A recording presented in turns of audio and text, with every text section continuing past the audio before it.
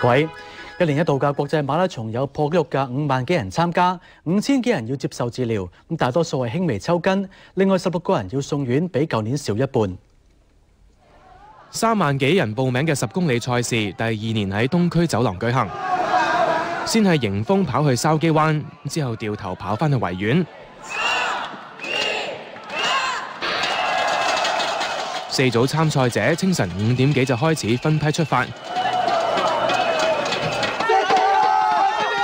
舊年人人都要笠住個膠袋起跑，今年就暖得多，有攝氏19度。濕度又好，溫度又好，啱晒，係好開心。唔係每一個人嚟比賽都要攞獎㗎，參加比賽都可以係一個挑戰自己嘅機會。無論喺邊度起步，跑咩距離，參賽者都有自己嘅目標。5萬幾人向住同一個終點進發。第2年啦！第2年有咩目標俾自己啊？快過上年。第3年啦，係。3年。今年時間可唔可以快過上年啊？應該可以嘅，不過唔係跑得好快嘅。達唔達到你原本嘅目標啊？應該60分鐘完成㗎。只要肯努力，就算你冇天分，一樣可以跑到馬拉松。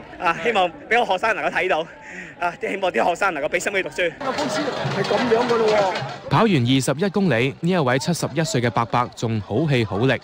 今年試就跑埋半馬啦。如果我仍然